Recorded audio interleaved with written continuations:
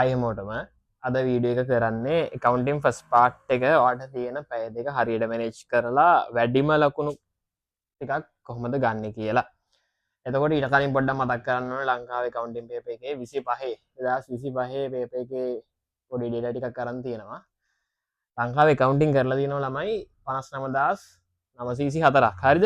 මේකේ ඛේද ජනක සීන් එක තමයි මේ 59000න් ළමයි 14791ක් එකකවුන්ටින් ෆේල්. ගැන්නේ ප්‍රතිශතයක් විදිහට ගත්තාම 124.6ට. ඔක තමයි කවුන්ටින් වල තත්. ඒ කියන්නේ ලකුණු 35ක් නැති ළමයි ඉන්නවා 14791ක්.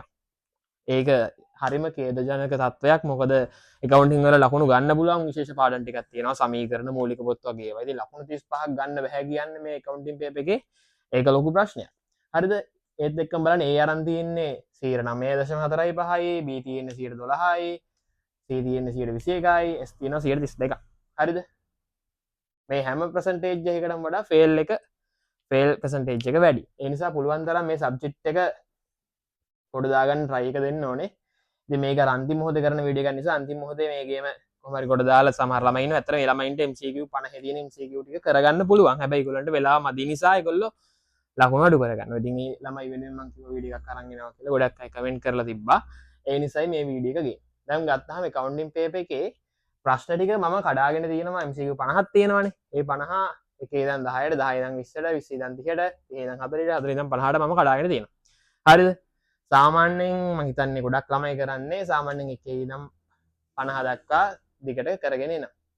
අන්න එතකොට තමයි ওই ප්‍රශ්නෙට මුහුණ දෙන්න මම හිතන අපිත් යාළුවෝ ගොඩක් හිටියා. එක්ක අන්තිම පිටුව නැත්තම් පිටු දෙක කරගන්න බෑ වෙලා මදි වුණා කියලා. අන්තිම පිටු දෙකම අයියෝ මට අන්තිම පිටු දෙකම කරගන්න බැරි වුණා. මට අන්තිම පිටුව කරගන්න බැරි වුණා. MCQ 10ක් කරගන්න බැරි වුණා අන්තිමට තිබ්බ. අන්න ওই ප්‍රශ්නේ ගොඩක් ළමයි මුහුණ දීපු ප්‍රශ්නයක් මේ පසුගිය පේපර්ස් වලදී. ඉතින් මේකට මම යෝජනා කරන ක්‍රමය තමයි සාමාන්‍ය accounting paper එකේ 1 ඉඳන් 10ට තියෙන MCQ. පළවෙනි MCQ එක අනිවාර්යෙන් අහන්න වගේ ගිණුම් කරන්නේ හැඳින්වීම පාඩම. මේක ගිණුම් කරන්නේ ක්‍රියාවලිය වෙන්න පුළුවන්. එහෙම නැත්නම් මූල්‍ය ගිණුම් කරන්නේ කියන්නේ මොකද්ද? කල්පනා කරන ගිණුම් කරන්නේ මොකද්ද? නැත්නම් ඔය දෙකම එකතු කරලා ගිණුම් කරන්නේ කියන්නේ මොකද්ද? ප්‍රධාන අරමුණ මොකද්ද? ඔය වගේ එකක් තමයි අනිවාර්යෙන්ම අහන්නේ. හරිද? ඒ වගේ දෙවෙනි එකට තුන්වෙනි එකට හරිම සරල ප්‍රශ්න ටිකක් අහන්නේ. සංකල්ප වලින් ප්‍රශ්න දෙකක් විතර එනවා. මූලාශ්‍ර ලේඛනයේ මූලික පොත මොකද්ද කියලා අහලා ප්‍රශ්න දෙකක් විතර එනවා. සමීකරණයක් එනවා. මූලික පොතක් වගේ මොනවා හරි දෙයක් හදන්න එනවා. හරිම ලේසි. සමහර ප්‍රශ්න තියෙනවා. කියන්නේ ප්‍රශ්න කියනකොට උත්තරේ මතක් වෙන ප්‍රශ්න තියෙනවා. ඉතින් සාමාන්‍යයෙන් ලොකු වෙලාවක් යන්නේ ඒ වගේ ප්‍රශ්නයක් කරන්න. එතකොට ඔයාට මම යෝජනා කරන්නේ පේපර් එක ගත්තට පස්සේ මුලින්ම 1 ඉඳන් 10ට කරන්න. ඒක කොහොමද ළමයි කරන දේනේ. ඊට පස්සේ සාමාන්‍යයෙන් කෙනෙක් 10 ඉඳන් 20 දක්වා ඊට පස්සේ කරනවා කියලා නෑ මම කියන එක කරන්න එපා. 1 ඉඳන් 10 දක්වා ප්‍රශ්න ටික කරලා හරිද? ඒතර අපි ප්‍රශ්න 10ක් ඉවරයිනේ. ප්‍රශ්න 10ක් ඉවරයි. හිතට සතුටුයි. වෙලාවත් ගොඩක් අඩුවෙන් තමයි මේ 1 ඉඳන් 10 දක්වා කියන ප්‍රශ්න වලට යන්නේ. 10 ඉඳන් 20 ටික තියන්න, 20 ඉඳන් 30 ටික තියන්න. යන්න මේ 30 40 මේ දැන් මේ ටික කරා යන්න 30 ඉඳන් 40 දක්වා ප්‍රශ්න ටිකට. ඒවත් හරිම ලේසි. මූලික ගිණුම් කරන්නේ කළමනා කරන ගිණුම් කරන්නේ අතර වෙනස්කම් මොනවද? එහෙම නැත්නම් ගිණුම් වර්ග 4ක් දීලා අහනවා මේකට මේක මොන ගිණුම් කරන මූලිකාංගෙද අයිති වෙන්නේ? ඊට පස්සේ මොකක් හරි දිසටහනක් ලියන්න. ඊට පස්සේ මොනවද වැරද්දක් නිවැරදි කරන මේ ජන සටහනක් ලියන්න. ඒ වගේ මොනවා හරි තමයි මේ 30 ඉඳන් 40 දක්වා ප්‍රශ්න වලට අහන්නේ. සමහරවිට හිස්තැන් පුරවන ප්‍රශ්නයක් දෙනවා සංකල්පනාත්මක රාමුවට නෝ හිස්තැන් පුරවන්න. මම කියන්නේ විෂය දැනුම තියෙන්න ඕනේ. මේ ටයිමින් මැනේජ් කරගන්න මේ වැඩේ අපි කරන්නේ.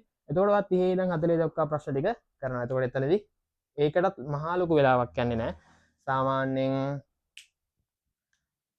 විනාඩි 40ක් හෝ ඊට අඩු කාලයක් ඇතුළත මේ ප්‍රශ්න 20ම වට කරගන්න පුළුවන්.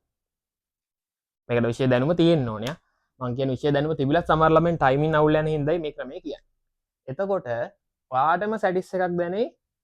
අඩේ මං විනාඩි 40ක් පැය භාගයක් ඇතුළත ප්‍රශ්න 20ක් ඉවරයි කියලා.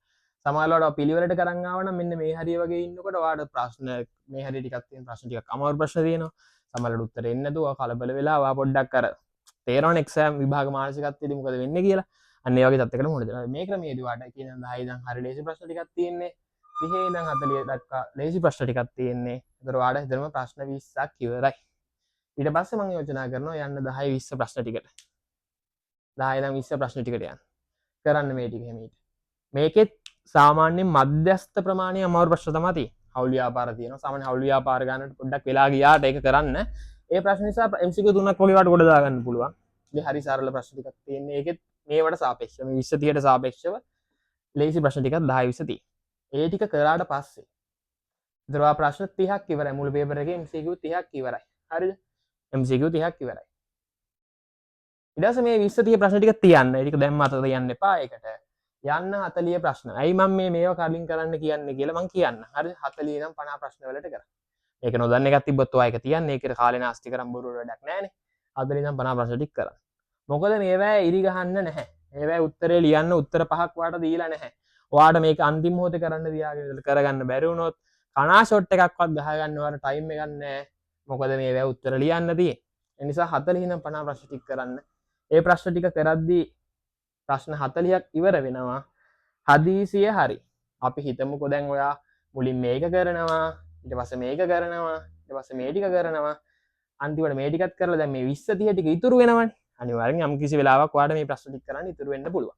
ඔයාට ටයිමින් ලොකුවට ප්‍රශ්නයක් තියෙන කෙනෙක් නම් අපි හිතමුකෝ මේ MCQ 10ටම ඔයාට තියෙන තව විනාඩි 10ක් එහෙම නැත්නම් විනාඩි 10ක් එහෙම නැත්නම් විනාඩි 7ක් වගේ කියලා. ඔයා පුළුවන් ප්‍රමාණය කරගෙන ඉන්න. හදිසියට අපි MCQ 5ක් කර දැන් ඔයාට ඉතුරු වෙනවා මේ 20 30 අතරින් කියලා. අන්න ඒ වගේ වෙලාවට ඔයාට සිද්ධ වෙනවා කනා ෂොට් එකක් හරි ගහලා මේ ඉතුරු ප්‍රශ්න ටික කොහොම හරි කරලා දාන්න. මම මේ කියන එක ඇත්තටම එහෙම කියන එක වැරදි. ඒ ඉතින් ඔයාට මේ ටයිමින් ප්‍රොබ්ලම් එකක් තියෙනවා, ටයිමින් ප්‍රශ්නයක් තියෙන හින්දා අපි මේ ක්‍රමයේ කියන්නේ. ඒ විදිහට ඔයාට කරන්න සිද්ධ වෙනවා. ඔයා හිතන්නකෝ පිළිවෙල ලස්සනට කරන් ආවා මේ 40 ඉඳන් 50 ප්‍රශ්න 10ම කරගන්න බැරි වෙනවා.